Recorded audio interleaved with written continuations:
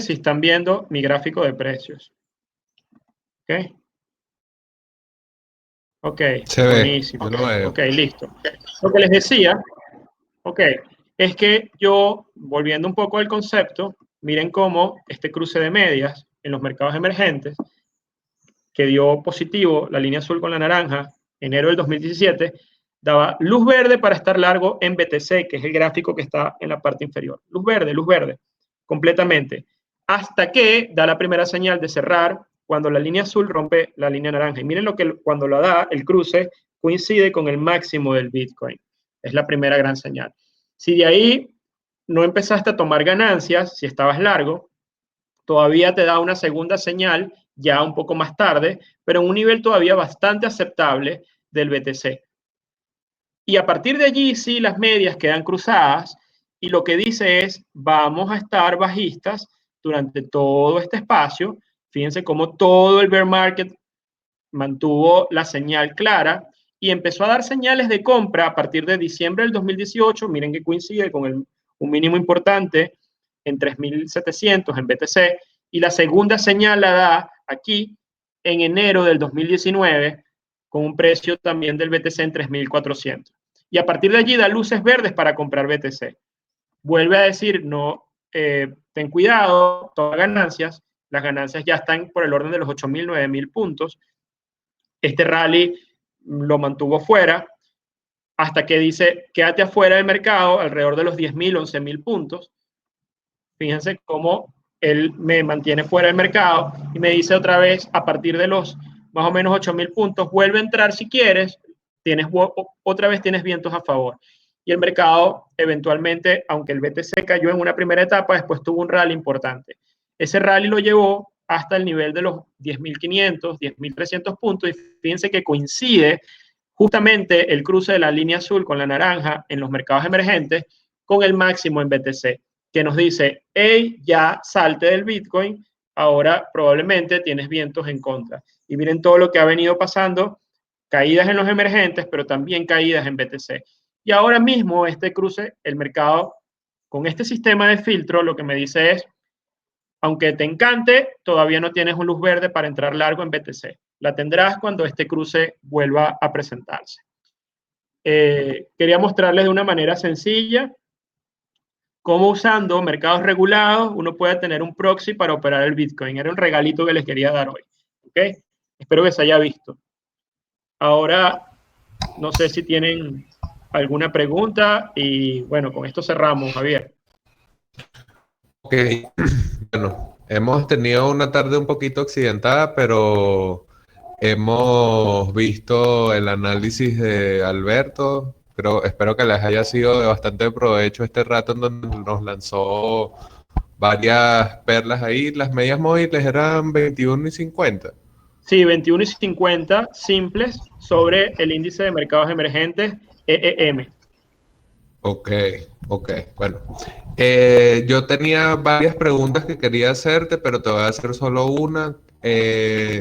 Dentro de las correlaciones de las que tú a veces hablas sobre lo que puede afectar a Bitcoin como tal, algunas veces has mencionado el mercado de la energía. Quisiera que hablaras un poco de eso y también si puedes contar un poco cuando estás en estos momentos de incertidumbre como tal, más allá de las inversiones, como analista de la realidad como tal, ¿qué es lo que haces? Porque, o sea, es un momento de ansiedad, de tensión, que uno mismo no sabe qué es lo que viene y tal, más allá de la inversión como tal, ¿qué es lo que... O sea, ¿cómo analizar este momento coyuntural? Pues, ¿cómo Sí, uno pararse frente a esta crisis que se le está armando y sobreviene y tal? sí.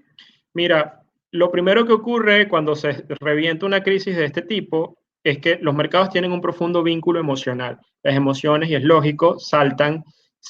Y por eso es que vemos fases, los mercados tienen fases que están asociadas a fases emocionales. Hemos visto fases de pánico, como la que vivimos en mercados regulados, y les mostré que en Bitcoin tuvimos la mayor caída que se ha presentado en el mercado de Bitcoin hace apenas menos de un mes, por términos de valoración diaria. En una vela cayó 40%. Es prácticamente una situación de pánico, pero estaba asociado al pánico general del mercado, en línea general. Hay que abstraerse de eso, volver al gráfico de precios y tratar de entender las dinámicas de largo plazo, ¿ok? Eso da mucha paz, mucha tranquilidad si eres inversionista, si eres operador, para poder no dejarte llevar por el inmediatismo de la emoción del momento y poder ver el bosque y no solamente el árbol. Porque en medio de esa situación es donde se van a presentar las oportunidades más interesantes. Mientras la gente tenga más pánico y mientras el contexto sea más deprimente, las oportunidades probablemente son más interesantes. Por otro lado, la otra cara de la moneda, cuando la gente está absolutamente eufórica, como estuvimos en los highs del 2017, y donde todo el mundo cree que se las sabe todas, ahí es cuando hay que ser más prudente, porque ahí es donde está el mayor riesgo financiero. Entonces, esto es una oportunidad para el manejo emocional, que es uno de los elementos clave para cualquier operador, trader o inversionista. Warren Buffett, que es uno de los mejores inversionistas en el planeta, en medio de la crisis financiera del año 2008, lo que salió a comprar fue lo que peor estaba, que era instituciones financieras. Lo que estaba quebrado, prácticamente nacionalizado por el gobierno, fueron los bancos, Bank of America, Citibank, etc. Y este señor salió a comprar eso, lo que la gente estaba vendiendo. Entonces, en este contexto de crisis vamos a ver eso, vamos a ver un contexto donde vamos a ver compañías quebradas, mucha pérdida de valor, mucha pérdida de riqueza, pero con el contexto y el marco conceptual adecuado y abstrayéndonos del momento, vamos a poder capturar oportunidades que se presentan muy pocas veces y que a veces son ciclos generacionales. Entonces, yo sí creo que va a venir una oportunidad de compra en el Bitcoin, como ya de hecho pasó el 12 de marzo, el Bitcoin estaba en $3,000, ahora está en 6,000, casi 100%, más de 100% desde el mínimo que ocurrió hace escasamente un mes. Y llegó a estar hace nada, estaba en 7,000 y pico, hace muy poco. Pero yo creo que va a volver a los 4,000, 4,500, 5,000.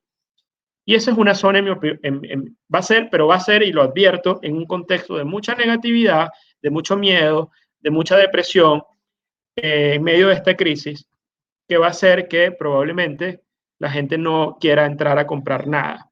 Pero si usted se abstrae y tiene estómago, posiblemente capture uno de los mejores niveles de entrada de cara al mediano y largo plazo. Porque cuando esta crisis empecemos a pasar, pues el dinamismo económico va a hacer que las cosas vuelvan. Y lo que sí va a ocurrir es que va a haber un daño perenne y duradero en el dólar americano. Y como les había mostrado, hay una correlación negativa entre el dólar y el BTC. Y por esa razón es que a mí me interesa tanto ahora mismo observar el Bitcoin, como también me interesa el oro, ojo, como asset class. Pero el Bitcoin tiene propiedades que en un contexto donde el dólar empieza a perder valor, el BTC puede capturarlo de cara al mediano y largo plazo. Bueno, además, para cerrar el tema de cómo se prepara uno, bueno, también lo más importante es la salud, pero no perder los estribos, tener estar calmado, no volverse loco, saber que esto no es una cosa no es una carrera de 100 metros, sino es un maratón, hay que tener mucha mente fría y bueno, ir poco a poco y entender que de esto vamos a salir, como la humanidad ha salido de todas las crisis. Probablemente a un mundo diferente, pero van a haber ganadores y perdedores. En el contexto de la inversión, lo que hay que entender es quiénes son los que van a quedar en pie y quiénes son los que capitalizaron este entorno. Y creo que uno de los que va a salir dañados de esta crisis va a ser el dólar americano. Por eso es que me parece que el Bitcoin, aunque en una primera instancia sufra, puede tener el potencial de capitalizar el daño que va a tener su competidor más importante, que es el dólar. Con esto les cierro la idea.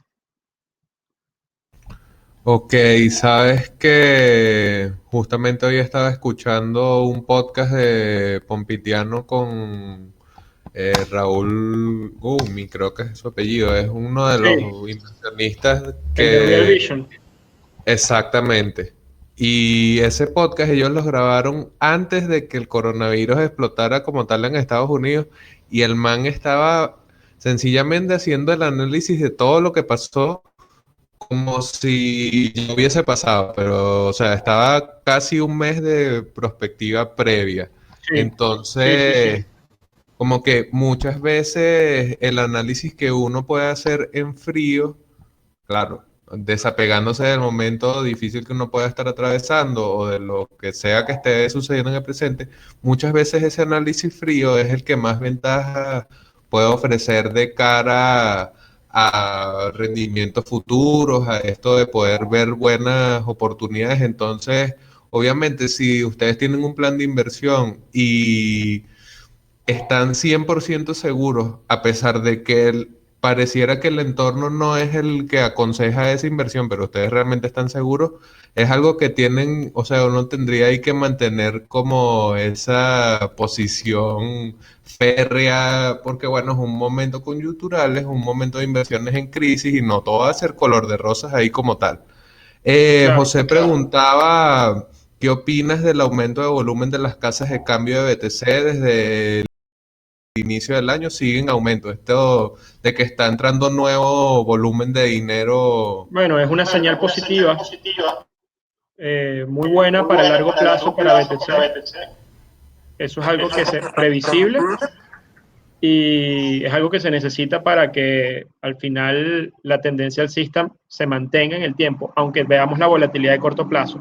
Pero el Bitcoin tiene que seguir atrayendo capitales y eso es bueno. Ok, y otra de las cosas que ellos comentaban en ese podcast era tener posiciones en cash. En este momento de duda, ¿es preferible tener cash o entrar ya lo que sea que tú estés analizando, no necesariamente Bitcoin? ¿Qué crees tú? Bueno, yo creo que no, yo creo que hay que tener cash ahorita, sí, estoy de acuerdo. De hecho, si ven el gráfico, el sistemita que les dejé, el sistema dice que ni siquiera hay que tener Bitcoin. Ahora mismo, solamente, es decir, hay una situación de estrés, de riesgo. Lo más probable es que los precios de los activos sigan bajando. Yo creo que el mercado regulado va a seguir bajando. La crisis es muy fuerte, pero ojo, tener poder de compra en este contexto, perdón, va a ser muy importante, porque los precios que van a venir van a ser muy interesantes para poder entrar. Entonces, si estás comprado ahorita, no vas a tener poder de compra más adelante. La crisis está apenas comenzando, no está terminando, y eso es algo que tienen que saber. Entonces, ahora mismo tener efectivo es una posición. Yo recomendaría que tuvieran efectivo, sin duda alguna. Ni siquiera les diría que se shorteen el mercado, porque es una posición de riesgo. Mantengan cash ahora, cash, pero con la escopeta preparada para dar el disparo en el entorno más negativo, donde más les va a doler, donde más miedo van a tener para poder comprar, allí es donde tienen que dar el disparo. Y eso va a venir en las próximas semanas. ¿Qué te parece Ethereum? Que Danilo lo ha preguntado varias veces. Nosotros recuerden que somos ultra Bitcoin only, pero bueno, estamos hablando de mercados. Si tienes un comentario sobre Sí, Ethereum, ok. lo sigo también, me parece interesante. Obviamente, me parece que en este contexto Bitcoin va a tener mejor performance. Bitcoin es como las blue chips de las cripto. De hecho, creo que va a captar más capital. En un contexto donde salgamos de la crisis, posiblemente Ethereum, si hace las cosas bien, pueda tener un upside más interesante. Pero en este contexto de riesgo, de turbulencia, y yo tiraría la mirada más hacia Bitcoin que hacia Ethereum en este momento. Luego, cuando tengamos una tendencia positiva en Bitcoin, hay una correlación, un ratio que tú puedes hacer entre BTC y Ethereum para saber cuándo tienes mejor posibilidad de hacer lo que llaman el rotation de tu capital dentro de cripto, que es que pases una parte de BTC a Ethereum. Pero ahora en este momento la señal es BTC. De hecho, ahora en este momento es cash, ni siquiera es BTC. Luego va a venir el largo en BTC y después de ese largo, eventualmente, si las condiciones se dan y el apetito por riesgo se aumenta y Ethereum hace bien las cosas, pudiera haber algo de señal para entrar en Ethereum también. O en cualquier otra, como dice Javier, shitcoin, pero digamos que tenga sentido y que tenga capital y que al final el trade tenga sentido.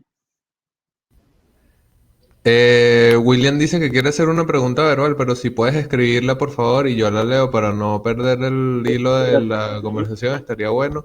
Y quería preguntarte, Alberto, si podrías hacer algún comentario sobre la economía venezolana. Pues Yo creo que los Sí, precios chillando del petróleo, nosotros todavía no hemos visto lo peor y ya se ve que el país no tiene cómo asumir ciertas cosas como darle gasolina a la capital, que era como una de las grandes mamparas sí, para mantener sí. eso. Eh, Miren, con respecto a Venezuela, se los voy a decir así, claro y raspado. Este va a ser todo el tiempo, todos los años como que decimos lo mismo, pero en realidad este 2020 va a ser el peor año que podamos haber vivido. Yo sé que había mucha gente que tenía las esperanzas con la reactivación económica y todo el cuento. Yo les decía que no, que este va a ser un año de capitulación.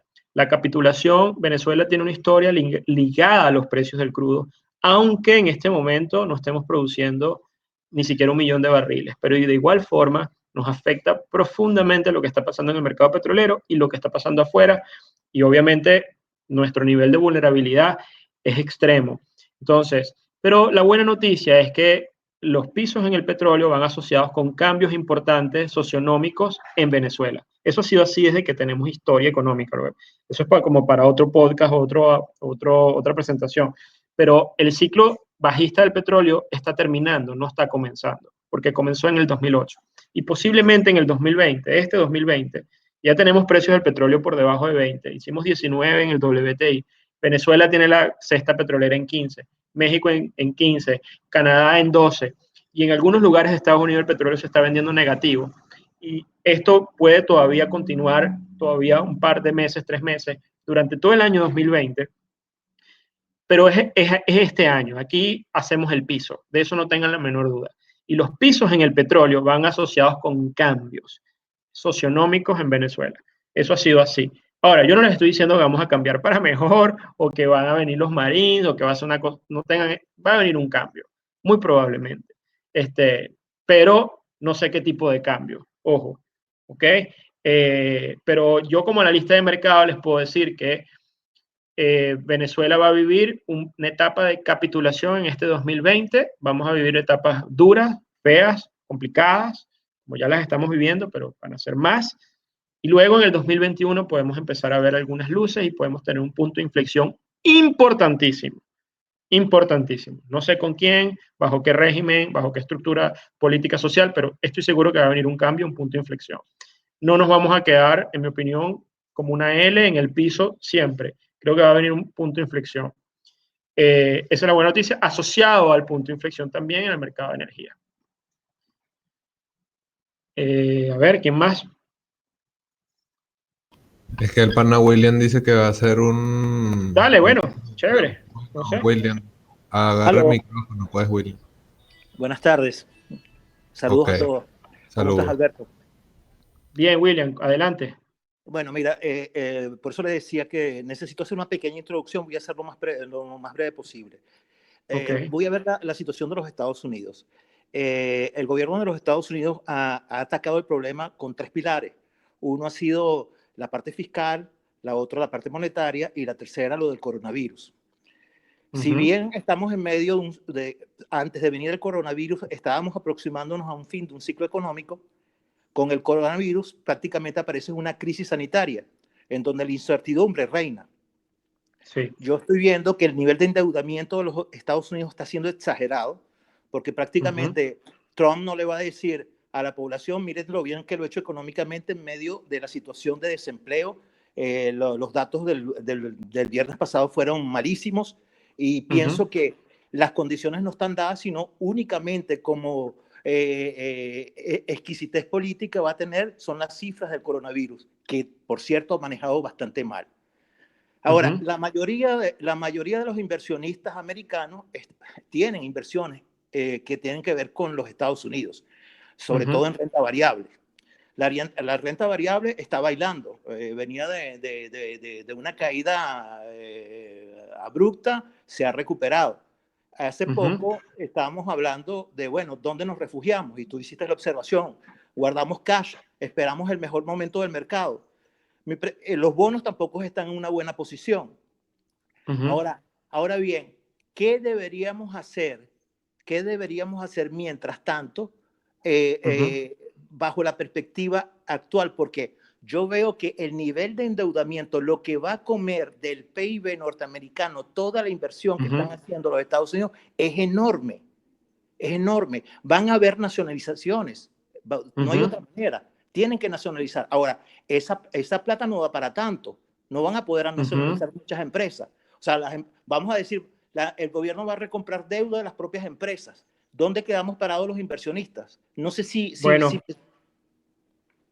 eso tiene una respuesta que va en dos fases, que traté de explicarla.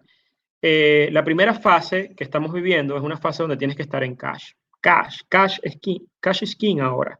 O sea, aunque el mercado te haya rebotado 30%, está todavía negativo 20% y la próxima semana probablemente se va a comer este rebote y vamos a ir a nuevos low, es lo que creo, en las acciones.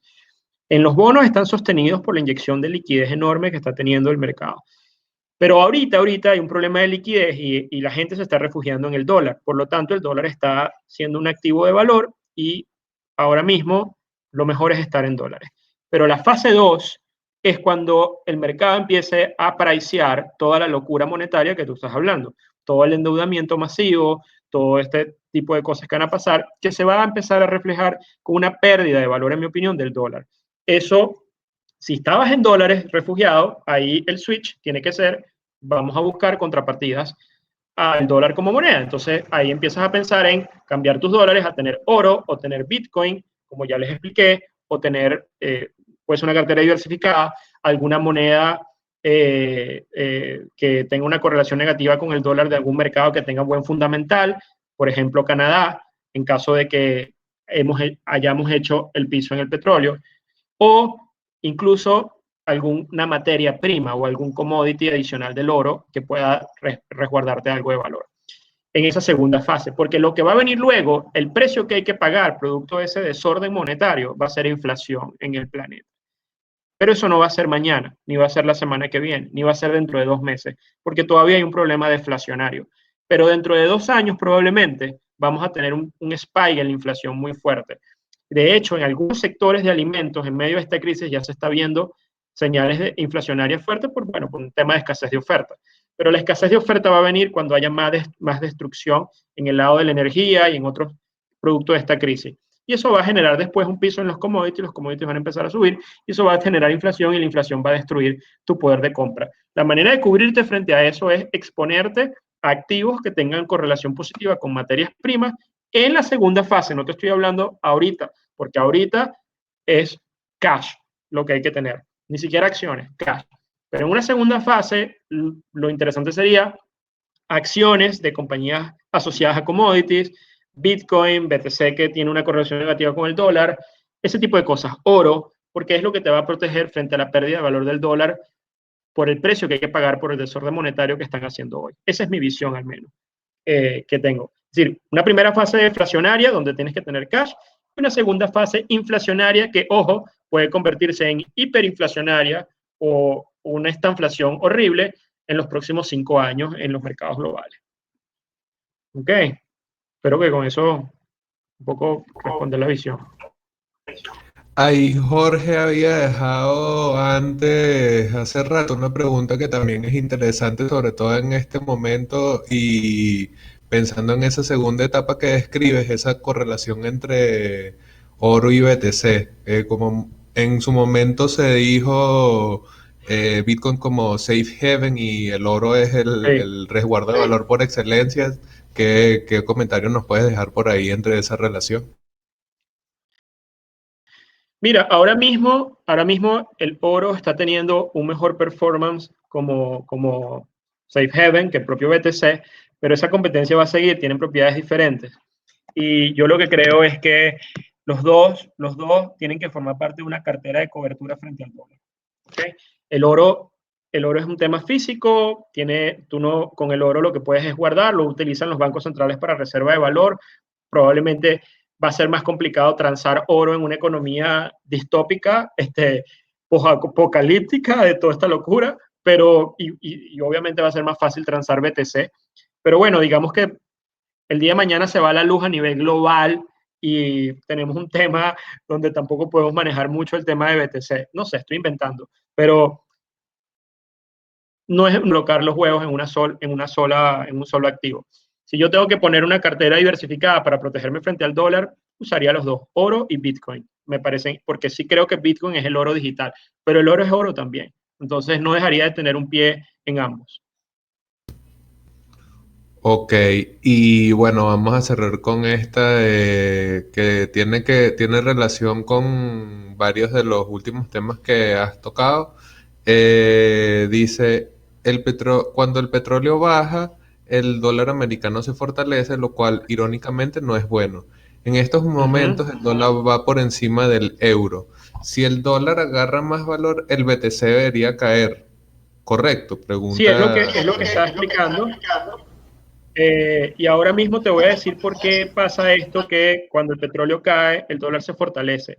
La razón es que ahora mismo Estados Unidos es productor de petróleo, pero sigue siendo él un consumidor neto de petróleo. Es decir, él consume, digamos que ahora la demanda está caída, pero produce 10 millones de barriles y consume 20. Entonces, obviamente, mientras el precio del petróleo cae, para un consumidor de petróleo le hace un alivio fiscal.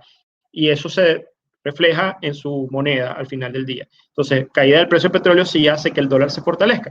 Es un tema deflacionario, un círculo vicioso. Y la respuesta es sí. Esto no es un contexto que favorece al BTC, que es el contexto actual. Por eso les digo que es muy posible que veamos al BTC caer en los próximos días, aún caer. Pero van a ser oportunidades de compra de cara al mediano plazo, porque luego vamos a ir a una fase donde, una vez que se hagan los pisos en los commodities, van a empezar a rebotar y todo este desorden monetario va a pasar una factura, y es muy posible que parte de esa factura la recoja el BTC como alternativa frente al dólar. En términos de liquidez, estamos muy lejos de hacerle competencia al dólar aún, muy, muy, muy lejos. Y eso es una buena noticia porque todavía estamos muy temprano para entrar a este tipo de activo como el Bitcoin de cara al mediano y largo plazo. Entonces, si llegamos a un tema inflacionario en el futuro de cara a 2, 3 años, no es nada descabellado ver el Bitcoin por arriba de los 100K, sin lugar a dudas.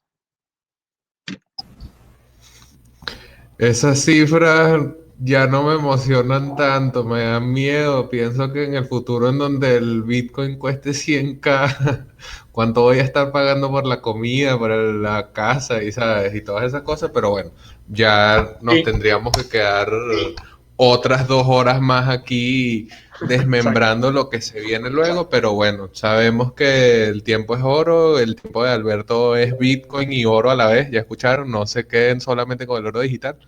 Todavía estamos a tiempo y bueno, el oro no ha perdido ni su poder adquisitivo en los mercados, ni su poder de convocatoria como narrativa como tal. Entonces, bueno, obviamente ese análisis que hace Alberto tiene todo el sentido del mundo. Si les interesa como tal seguir a Alberto, yo se los recomiendo con los ojos cerrados. Alberto, por favor, déjanos tus redes, donde pueden Sí. seguirte.